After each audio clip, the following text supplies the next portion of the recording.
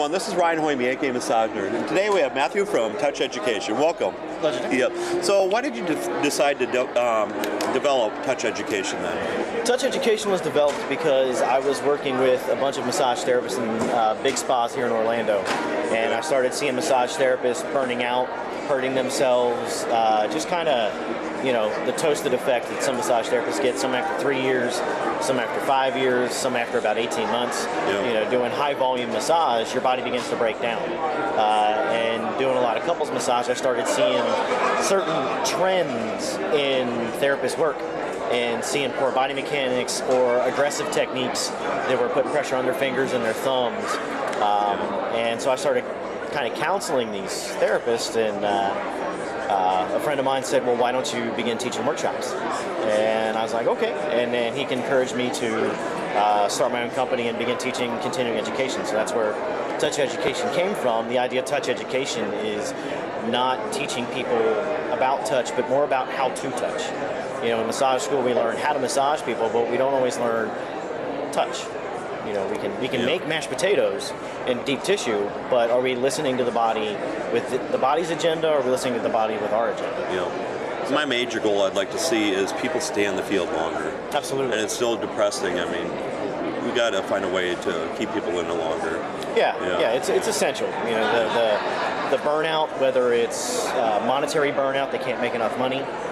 You know, we spend good money on continuing education, and sometimes when we come back from the class, we've got all these awesome shiny new tools, but either we can't find a way to use them, or we can't find a way to pay ourselves back for returning the investment on that education. You know, or they're scrambling to try and fill their appointments book. You know, so part of the next evolution of Touch Education is going to be helping therapists learn how to take pressure off of their practice.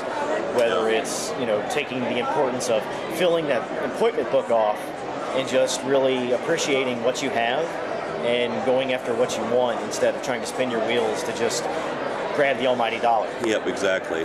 And what kind of classes do you offer then? Well, we just went through and updated our catalog.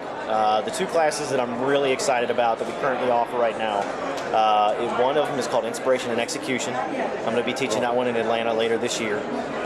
Basically what we do is we sit down with massage therapists in a big class setting, but we all draw inspiration from whether it's the environment around us, it's the teachers we had, or, you know, a place where we've been or a treatment we've had.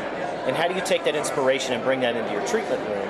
And then we teach you the tools of how to execute that. You know, if you really like for me, I love the Smoky Mountains.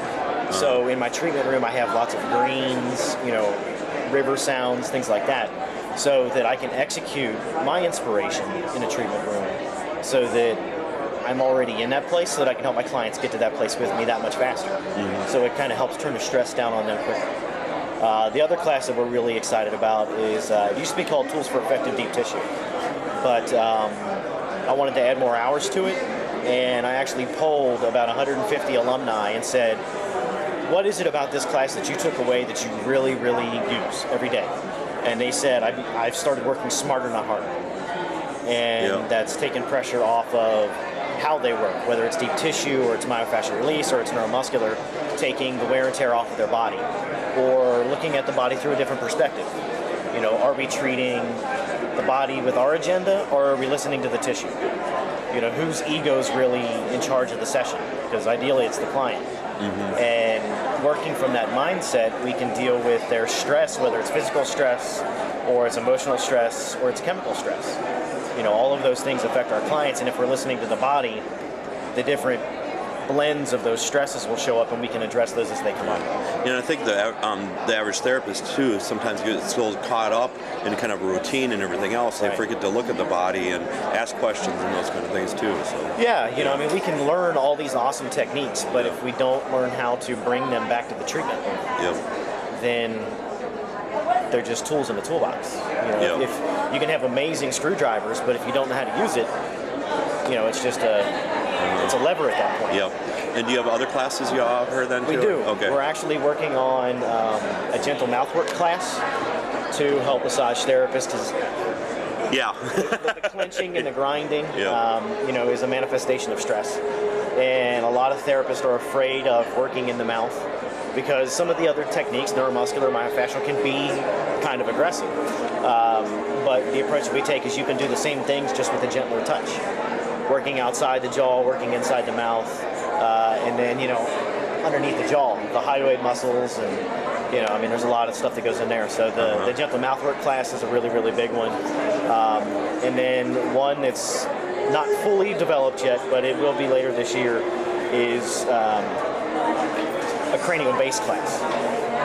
Helping people take pressure off of the cranial base, getting into taking pressure off the vagus nerve, and this whole new concept called the polyvagal theory, where they believe that the vagus nerve is a two-way street, where it's not just controlling the body, it's sending messages back to the brain and playing with the reticular alarm system and a lot of other things. So there's a lot of really cool classes that are just basically, the idea is to turn down the volume of stress in your clients.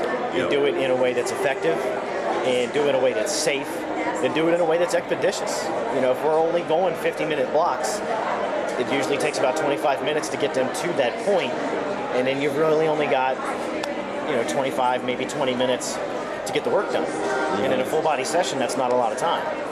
So these are kind of shotgun techniques to get that body to that most relaxed spot, 10 to 15 minutes. So that you have 45, 50 minutes of time to just really get into and address issues. What other kind of things are you working on for the future then? We're looking at ways to help therapists take pressure off their practice.